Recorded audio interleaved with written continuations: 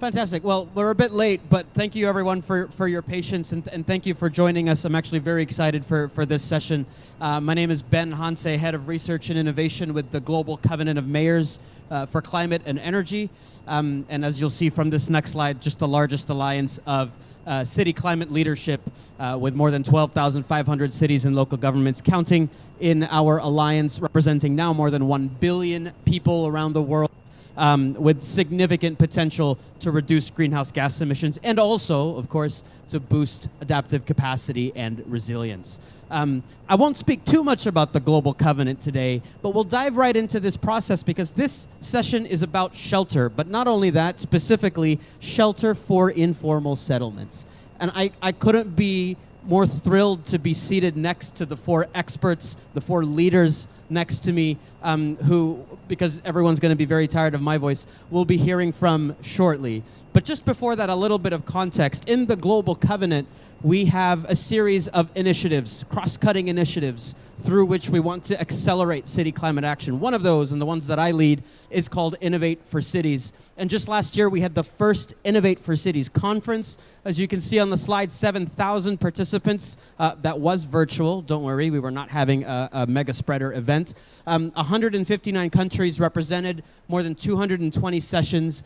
And the outcomes were a series of agendas, evidence-driven, data-driven agendas that are focused on highlighting the needs that city practitioners themselves, 2 of which join me on my right today, have said are necessary not only to meet, but then also to exceed the goals of the Paris Agreement, really meet the moment. And what we came out of from that conference was a set of priorities, research and innovation priorities. The inner ring that you see here are what we term the cross-cutting priorities. They don't live in any one traditional, you could say, theme or topic. This is data for at city level. Justice and equity, health, systems approaches, digitalization. The middle ring is what maybe you could go a bit closer to say are the thematic areas, right? Finance, built and green, blue infrastructure, informality, uncertainty, concepts and challenges that I know the 2 city representatives to my right face on a regular basis, but then also the experts here on this panel. And we'll come back to this wheel in a second because these are the critical entry points that we have highlighted for not only cities, but then city network partners, all of the colleagues that we work with across the GCoM Alliance to accelerate city climate action. Next to that, we have a series of questions that we know are asked at local level. How do you get the data? How do you build the evidence base for climate action? How and for whom do we need to be prioritizing? Just and fair transition, a critical question here that we shouldn't just pay lip service to, but have a meaningful conversation about. Action, what actions do we take concretely, and how do we scale that action? Finance it, make sure that it reaches communities, and when we talk about informal settlements, that's especially relevant. And we're looking to regionalize that work. We want to make sure that regional covenants around the world are represented in these agendas, and we know it's not going to be a surprise, and you'll hear from experts on this panel shortly. Informality, both the sector of work and the communities who reside in informal settlements are a critical priority for so many regions of the world: Southeast Asia, Latin America, Sub-Saharan Africa, and many others. And we'll be hearing from folks today. And so then we have a call to action. And you'll hear from a lot of the folks next to me on my right about their specific calls, their needs, their challenges, and how we can come to resolve those collectively. I'll leave this on the slide very quickly just for folks in case you want to learn more about the agendas and to potentially download those. But do want to say that this session, before I pass off or introduce our speakers and listen to them, this is a listening session. What we do not do enough, especially for my friends and for colleagues who live and work to uplift informal settlements and empower them, we do not listen to them enough. So let this be a session where we do just that, where we engage in constructive conversation, and time permitting, we could potentially open the floor for any questions.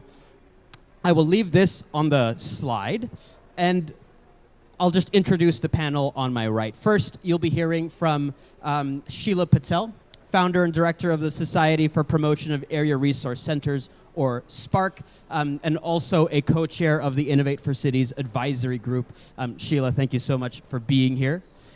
Further on the right, Dr. Nicholas Kunga, Advisor and Chief Officer for Climate Change in Embu County Government in Kenya. Further down on the right, Youssef, Mayor of Menjez in Lebanon. And last but not least, Teresa Karampatana, member of the Slum Dwellers International Board and president of the Homeless People's Federation of the Philippines. And I should also say, sorry, not the last, online we have Durai Jayaraman, Director of Global Programs for the International Bamboo and Rattan Organization, or INBAR.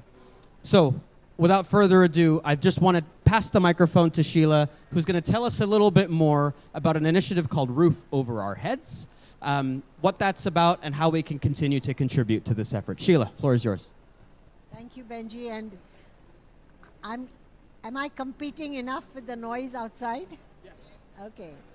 So I've been working in the area of supporting networks of community leaders looking at transforming their informal habitat and livelihood for the last 40 years. And guess what? Cities, national governments, and global institutions pay lip service to the needs and aspirations of poor people, and there is very little that has been done seriously about this. So today, if we have 1 billion people living informally, it is estimated that 1.5 billion more people will come in, both out of economic challenges, loss and damage in rural areas, wars, and other things. So if you can't deal with the problem today, God help all of us tomorrow. My own journey also informs me that poor people, 83% of all poor households, design, construct, and finance their own homes. So what are all of us doing sitting here? We ain't doing nothing to support and assist them. So my suggestion is threefold. One, poor people continue and will continue to build their own homes, whether you call them legal or illegal. Their illegality is your problem, not theirs. If you cannot plan to give them spaces to stay, they will invade the spaces you don't want them to invade. That is not illegal, that is your problem as planners for not anticipating who's coming into the city. The second thing is that extreme weather is changing what poor people need in their homes. Too much wind, too much rain, too much sun, all these things are producing new challenges to the survival techniques that poor people use today. So today in the morning, Mary Robinson and Nigel Topping inaugurated and launched our campaign called Roof Over Our Heads. I'm going to leave some of these things here for you to see.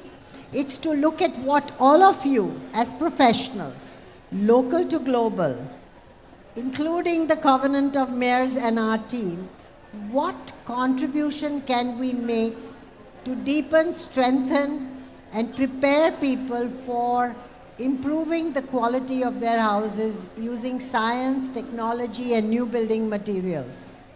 And then we will come to the cities to say, give us equitable infrastructure. That is your business and you will do it for us. So that is our ask. Innovation that transforms poor people's lives. If you can't do it, you should close shop.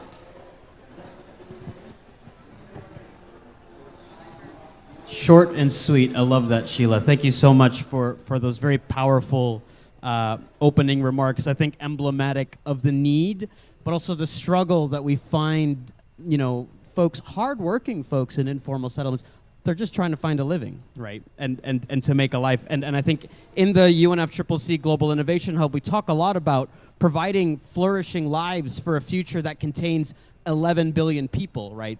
Anticipating population growth.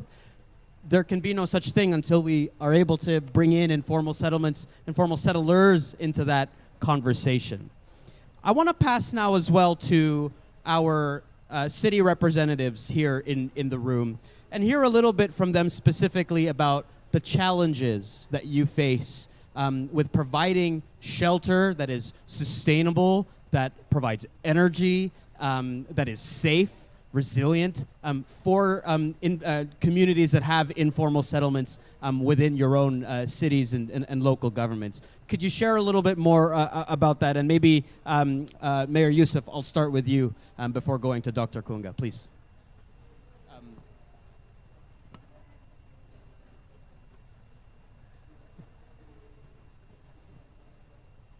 You got the blue microphone working? There you go. Hello. Thank you very much for the invitation to share our experience. The municipality of Menjez is a rural municipality. Informal habitat concern only refugees. Since 2011, we have a big refugees crisis with the war in Syria. Can imagine the third of the population in Lebanon are refugees.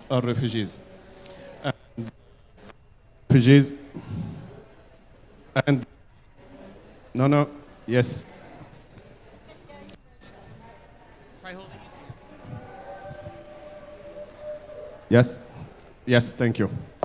And some of refugees live in compact camps with substandard building material and not in compliance with building regulation, and lack of basic service, especially wash services, pollution, precarious livelihood, extreme poverty and food insecurity, and no access to finance, overcrowding and poor waste management especially, and insecure residential status. And since 2020 in Lebanon we have a big financial crisis. The municipality have lost 2,000% of its budget. And all Lebanese banks are almost closed. For this, we have a lack in financial resources and qualified human resources. For this, the municipality work to turn all these challenges into opportunities, and by building partnership with funding agencies and donors active in Lebanon. And now at local level, the municipality manage all water sector. For all houses and refugees camp, the municipality offer a clean water 24 hours per day, 7 days per week. And we have a wastewater treatment also. And electricity, we have from national grid a blackout in Lebanon. We have only electricity 1 hour per day. With other funding, the municipality has installed in its territory a very important photovoltaic power plant, and we offer now for all houses and refugees camp electricity 24 hour 20 hours per day, 7 days per week. And now the municipality are part of EU Climate for City project to install a wind turbine to ensure clean energy in night hours. For this, the big challenges also is the security. The security and the job retention of qualified human resources. This is a very big problem now. All qualified human resources search for opportunities in Gulf countries or Europe or Americas. Thank you. Mayor Youssef, thank you so much for sharing. It's overwhelming to me just to listen to the amount of issues that your city faces. I don't know how your demeanor is incredibly calm. It's a calming presence in this room, and how you're able to do that and still advocate for this support. I think you highlight, it's emblematic, right? You have support from the European Union. You're here representing local governments, not only your own, but worldwide. It's clear that if you can do this, then support can be driven to cities to make sure that we can secure informal settlements and communities like yours, like your own. Dr. Kunga, I'll come back to you, Sheela, in 1 second. Dr. Kunga, I'd love to hear from you as well, from the Embu County experience in Kenya. Challenges that you face in providing shelter for informal settlements. The floor is yours. Thank you very much. I come from a rural county in Kenya, known as Embu. As many of you are aware, in Kenya we have a new form of government system where we are moving from a unitary government to a county government system where governance is going to the counties. And this means that most people who are living in the cities, in the major cities, are now going back to the rural towns or the rural cities. So there's a lot of movement of people seeking for employment in the rural in the rural counties, in the rural governments, as opposed to before, when most of the work was in the capital city of Nairobi or Mombasa or the major cities. That means there's a serious problem of population growth in the rural counties, in the rural towns, like where I come from. And that poses a great challenge in terms of, for example, housing. We have very few houses that can accommodate people. And as a result of that, most people have ended up in informal settlements or in slums. And this, because of the lack of the many employment opportunities, you find that issues to do with, for example, sanitation, issues to do with poor road networks, the roads, then issues to do with the facilities like water are not there, because this is a new phenomenon of so many people in a small town as opposed to in Nairobi. As a result, we have explosion of, say, crime in those cities. But what we've been able to do as a county government, we've been able to approach some partners, for example, the GIZ, who are now working with us very closely to provide sanitation facilities in the informal settlements, to provide also water in the informal settlements.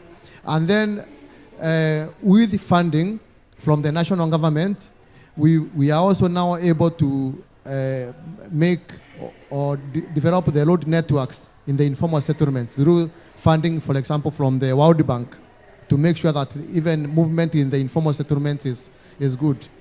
But we are also looking at a number of other programs, which we are calling the slum upgrading programs, where so many housing units are being built in the informal settlements, so that as many people as possible can be able to be housed in the not so formal settlements. And the government of Kenya, in some of its programs, is able to now start constructing so many houses in those settlements. And that's a solution that we are following up. What the county government is supposed to do is just to provide the land on which the government can put up the housing facilities.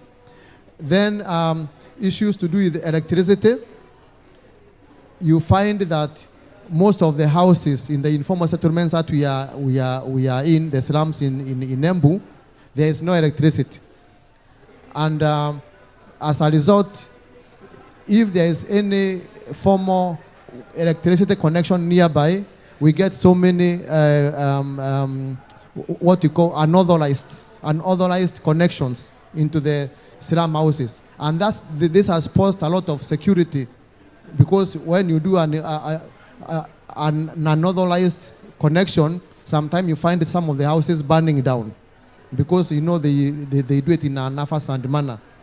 That is a problem, and one of the solutions we are having for that is to try as much as possible to work with the groups, the informal settlement, organized groups, the youth groups and the women groups, to ensure that we have facilities like solar power in the informal settlements.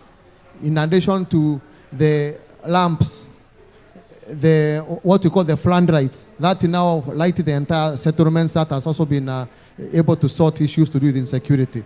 So those are some of the things that we are doing, but the problem of housing together with the national government is what we are addressing right now, and we hope maybe in the next few years we are going to have so many housing units where the residents of the informal state settlements can be able to share among themselves. Thank you.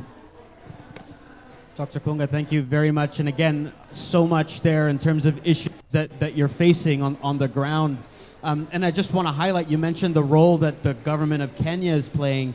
I think that ties a lot back to the role of multi-level governance, for example, making sure that between local, regional, and national governments, we have this coordination that's taking place. And I just want to take a moment to invite everybody as well tomorrow at 3 o'clock in the afternoon in the Multi-Level Climate Action Pavilion, LGMA. We have a session focused on a playbook around multi-level climate action. And we'll be talking a little bit around the levers that need to be pulled to make actions like this a reality, not just lip service, and make sure that we're connecting not only with ourselves as local governments, but also the folks in the negotiating rooms right here in the Kenyan context, but elsewhere as well.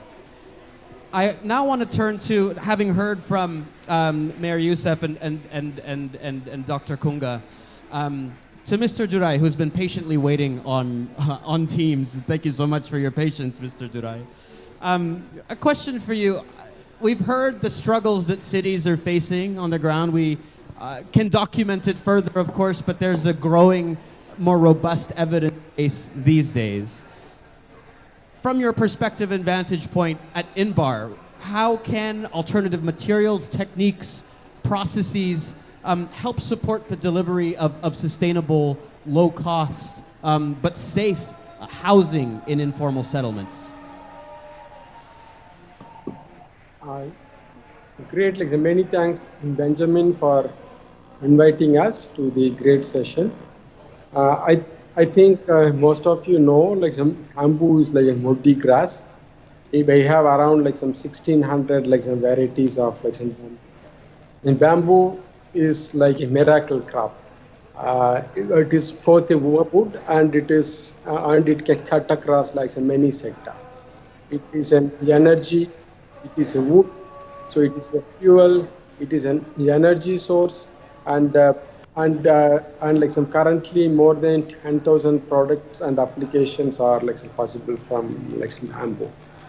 Particularly coming to your question on construction, bamboo has been traditionally used as a construction material for thousands of years in more than 50 countries across the world. Similar to the informal settlement, about 1 billion people in the world use or consume bamboo, and most of it is the construction material. Why we say bamboo is a suitable construction material is it is like a sustainable material, and it can be harvested annually, and it coincides with the countries which are developing countries. It is a crop which grows mostly in the global south, where the housing aid is high in terms of informal settlements and so on. Bamboo possesses one of the greatest physical and mechanical properties. As you indicated in the beginning, data is quite important. INBAR as an organization is working with different agencies to check, to validate the physical properties and mechanical properties of the bamboo. And at the same time, we do plenty of, and then we support research to produce alternative materials from bamboo. So we have a wide range of construction materials available in bamboo, which are engineered, reconstituted, which are quite modern material which can be used in the settlements. And at the same time, bamboo traditionally in its original form is being widely used as a construction material traditionally, and recently we have they have been like working with the ISO standards, and then we have like published the ISO standard for housing with the whole column bamboo construction. So, bamboo, with its physical, mechanical, anatomical properties, can be used as a suitable alternative construction material in its like some original form, plus a constituted form. Bamboo, as it been grown in the farm, provides income for the grower, provides income for the value adders, provides income for the processor. It not only is a suitable alternative material, it is also a material which can provide jobs through the value adders, through the growers, unlike other alternative materials which are being produced in industries which are huge and by like some corporates. So it is so that can be a poor man's material which provides the income, return, and housings for the poor like some person. And at the same time, after its lifespan, say like some 50 years or so, since it's like a biological material, we can be like some simply recycled it or like some value added it into like some other form. So with all these things, bamboo technically it is having the physical strength as a steel. It is a material which is available locally. So this can be quite suitably used as a suitable construction material for the settlements, and like most importantly, it is and because of its flexibility and strength, it can be disaster like resilient like a material. With all these properties, still it is not like a mainstreamed in different like some countries. Since in Kenya we have the Honorable like Maya, INBAR has been like working closely with the Kenyan government, and then we have the Kenya bamboo policy, which is out in the month of June 2022, and like some Kenya has proclaimed bamboo as a cash crop, like some similar to an agricultural crop. And in like some Vihiga country, which is close to the governor's country, we have been actively promoting like some bamboo. And through this platform, we will also have an opportunity to work closely with the governor of Embu to promote like some bamboo there, to promote like some settlements. Like some, moreover, in addition to Asian countries, African countries, in few Latin American countries like Colombia, Ecuador, and Peru, INBAR has been promoting bamboo actively in the construction sector. And we are sure that the bamboo can be a sustainable alternative source and like a viable construction material, provided we create the framework, awareness, and like some sensitization, and like building the huge pool of like some manpower in the countries to use the potential resource for the benefit of the settlements and also for the benefit of the community and to the environment, and like most importantly to the climate change. So thank you very much, Mr. Benjamin, for inviting us. The floor is back to you, sir. Thank you so much, Durai. It's fantastic to hear your perspective in the industry for bamboo and rattan. I think you mentioned a point about the need to mainstream it further. I mentioned that this is an open conversation, one where we want to listen. Sheela, I'll pass to you a response to that around mainstreaming bamboo and your thoughts, having heard from slum dwellers around the world about the feasibility, sustainability of bamboo going forward. Or do you want to turn to Teresa? Let's hear from Teresa then. Teresa Karampatana, please. If you want to respond to that, it'd be great to hear from you. Hello. So I think the issue here is actually the concept of traditional concrete house that the public understand, that they feel that it is sturdier, it's stronger, they can be safer in this concrete buildings. So it has something to do really with awareness, with accepting the technology of bamboo and showing that these technologies, these new innovations right now really can be more sustainable. It can withstand strong winds. It can withstand earthquakes and other, other calamities. For them to really, for people to accept it as a mainstream material to be used in construction. So I think the safety is the number one consideration. Two is the affordability of the material and the access to these innovations that we are presenting to the people. Yeah, thank you. Thank you so much, Teresa. And while you have the microphone, just want to keep it with you, and this is no coincidence whatsoever. Not only are we from the same country, from the Philippines, but I just learned before this session that we're from the same island province, which is absolutely insane. Very small world. But from that unique experience, and I should congratulate you, you've just recently joined the board of Slum Dwellers International, which is no small feat, but also a big calling and responsibility. You mentioned something sturdy in terms of materials, but what else are informal residents looking for, in a home? And I'm not just talking about building materials, although you can continue down that route. Are they looking for strong participation in civic life, in governance? Are they looking for community? Are they looking for, digital infrastructure even, for example, when we think about the socioeconomic participation of informal residents? What are you hearing from informal settlers, not just in the Philippines, but around the world? For me, in our experience, actually, the number one consideration is that if there are available jobs there in that particular settlement or in a particular area. Because I'm from the province, we went to the city to look for jobs.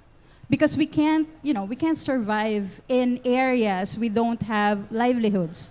So that's the number one consideration.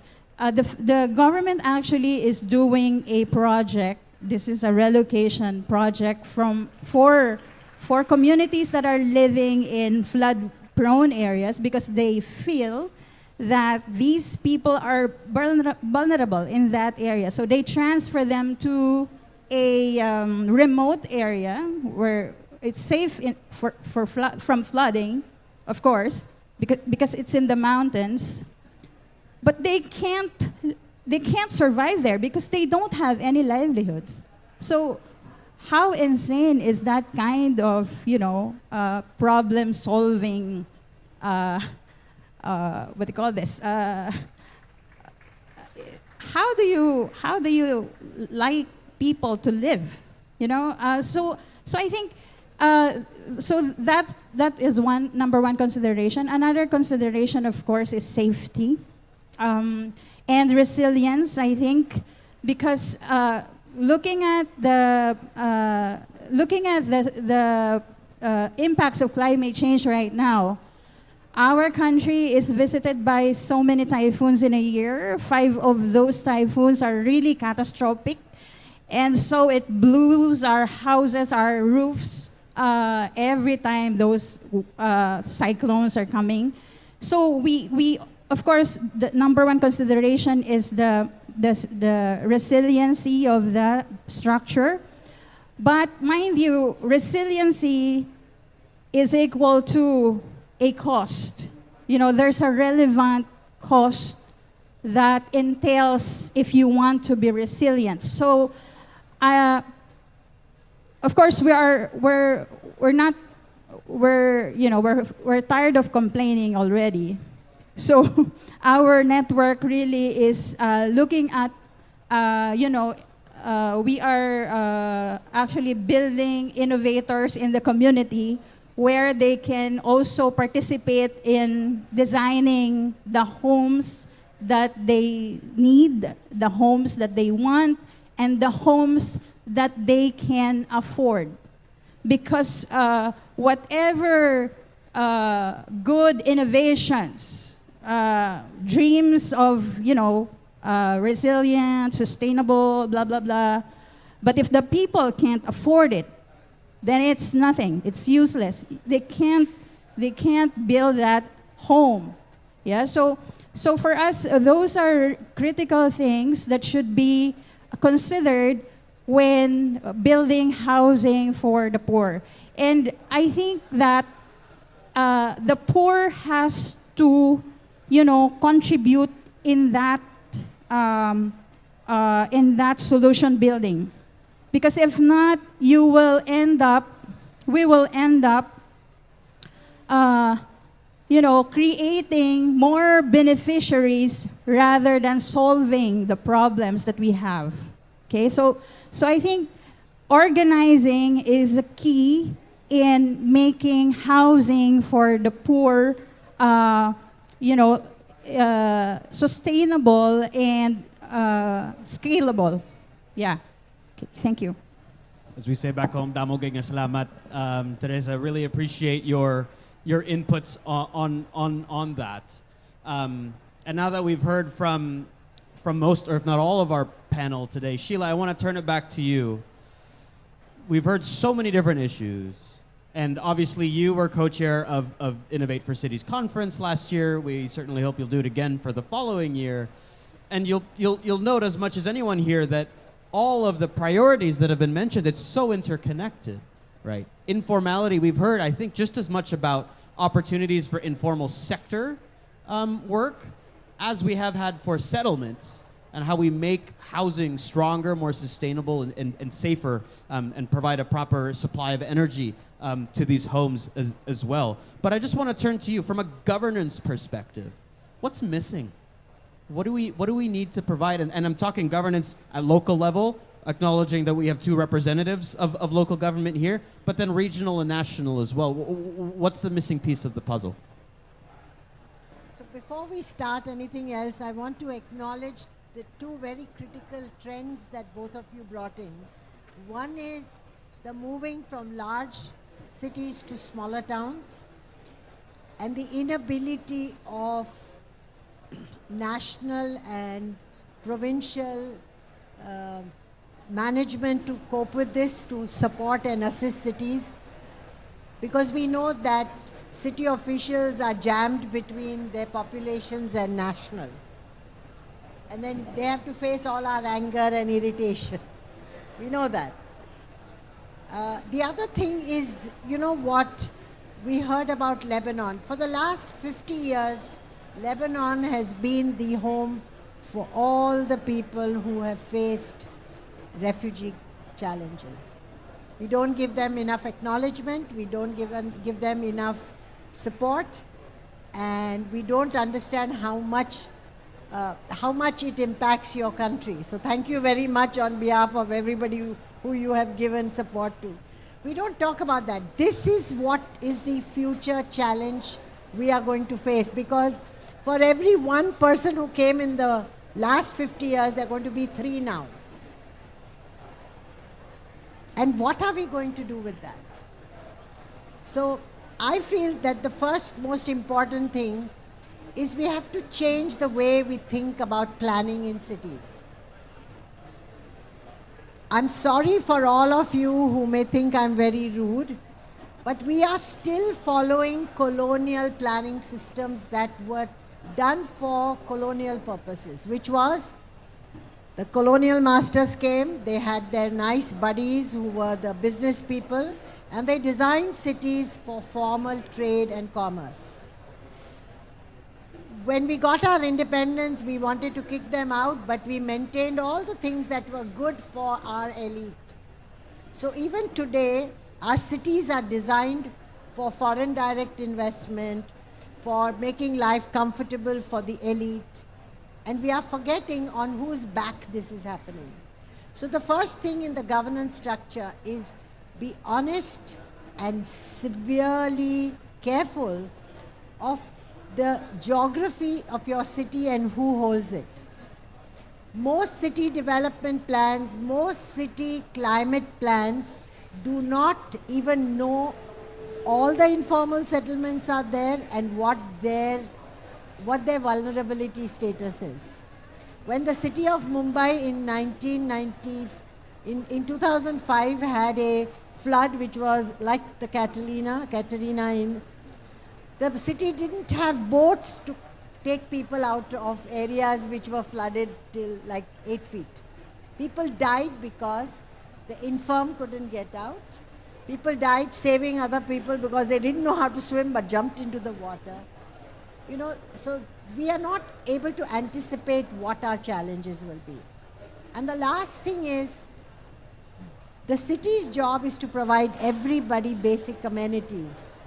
And so far, all the stuff that we are doing in the past is dysfunctional. So we can't produce, like you say, electricity from coal and other things. We can't do water-based sewage system anymore because the world is water-starved. So where is technology, Mr. Technology? Where is technology coming into this process? And that when it comes, how equitable is the distribution? Can I only have a solar heater on top of a fancy building? Or can my hut in the slum also have the benefits? So, Slum Dwellers International, which operates in 33 countries in all the continents, and we have a big presence in Kenya, and we hope that you will meet our people there, is to work with communities to find solutions. Then your burden is reduced. So I feel that's what I would say. And you have to work very hard in negotiating how entrepreneurial people are when they know what is the new technology. So this thing about bamboo, we are looking on how a cement and bamboo, where bamboo takes over from steel, how strong those panels are. Our people don't believe it. But how do we produce the evidence that shows that structurally it is a good alternative, which costs 10 times less? So new alliances, new technology, and new ways to include communities. That's stellar feedback, Sheela, and I'm hearing several things, you know, data, governance, scale. I've heard those things from all of our other speakers. Equity is, I think, a key piece. How we make sure, you know, informal settlements are often flanked by some of the richest parts of cities, if I'm not mistaken, correct? So how we provide equitable distribution. I know we're coming up on the last 10 minutes of our session. One last question that I'd love for everyone here to tackle, and Durai, you've been so patient online. We're missing you here in Sharm el-Sheikh, but just want to come to you first. When we think about research and innovation and investment deployment, where is that most critical to secure shelter, to secure livelihoods that is sustainable, aligned with a 1.5 degree future? But then also, and Sylvia, if you can have that last slide back up, if possible, just touching across all of the entry points in this Innovate for Cities agenda and what we've heard from cities. We've heard a lot of co-development of preparation, co-production of knowledge. Where are those priorities in your mind? Durai, we'll start with you. Great, thank you, Benjamin. I think I will first start with thanking Sheela and Teresa for their some perspectives on some bamboo. I think from my perspective, I think the research on the properties of the bamboo is actually quite important to validate the use of bamboo as different properties, because as I have indicated before, we have some 1,600 varieties of some bamboo. In Philippines, you have another varieties. In Kenya, you have another. In Latin America, you have another. So undertaking the proper testing of the bamboo varieties in different geographies, in wherever the housing settlements are to be constructed, is an important aspect where we have to undertake the research. The investments from my side, if we have to promote the bamboo value chain, has to happen in creating the awareness and some sensitization to the communities, because even though bamboo, I are saying it as a good construction material, as Teresa is saying, the social and the cultural acceptance of the bamboo or any other construction material is quite important. Investments there in creating awareness and like some sensitization, the capacity building on the developing the whole value chain, making available the bamboo components available for construction. Similar like some cement, steel. So the bamboo component has to be like some readily available. How we make it available? The mainstreaming process, the supply chain building, the design elements as per the social, the cultural norms are quite important areas where we need to put the investment to like say, mainstream the bamboo in the construction sector, and also to build a livelihood around like some bamboo. We have 10,000 varieties of bamboo, from clothes to the housing materials to any material like the chemicals, phenols, the lignins used in the construction sector, the fibers, the energy, because I heard Maya speaking about the shortage of energy. Bamboo can be a suitable energy for the solid biofuel as well as the liquid biofuel, as well as the electricity is like some possible from bamboo. So renovations on the properties, renovations on the diversification, renovations on like say, making it aware, like some sensitized to the communities, the capacity building to build the pool of like some manpower to utilize the resource available, and then the suitable enabling framework. If all this can be done, bamboo can be viably used as a sustainable construction material. Durai, thank you so much, and apologies to cut you off a little bit prematurely. We're just running a bit short on time, and I just want to hear from the rest of our panelists, but thank you so much. Dr. Kunga, I'll pass to you. Yeah, thank you very much. And I will try to, first of all, answer the question you asked, Sheela. I'll give an example of Kenya. We are planning for settlements. The planning for settlements is something that needs to be done because with what we call urban to rural migration, instead of rural urban, we now are changing the focus of people moving from urban areas to rural towns. And that means these towns now need to be planned better. The problem in Kenya is that the land ownership model is sort of what we call capitalism, where you buy land and it is just yours. And there's been a lot of issues of, say, land grabbing or people taking land to themselves. And you find that in towns, most of the land that can even be used for planning for informal settlements or for other settlements is not there. It's totally taken. For example, in the county where I'm working, when you try to locate land even to build high-rise buildings for informal, for mass houses, you find the land is not there. And you find getting back the land is a problem. So we're having that problem, and that has led to people actually occupying land which is not theirs illegally. And that has caused a lot of problems in the country. And as a result of that, in some areas, we find the government is now reclaiming land and taking back the land from those who took it illegally.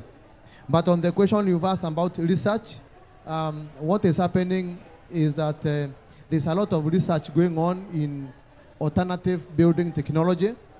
Maybe from where Sheela comes from Philippines, there's a lot of bamboo, for example. But there's no bamboo in a place like Kenya. So as a result, alternative technologies like stones, cobblestones, for example, are being used to make cheap houses. But in the informal settlements, what most of the residents they are using is, for example, the plastic sheets. And this is a problem as a result of so many of those plastics used to make the buildings. And when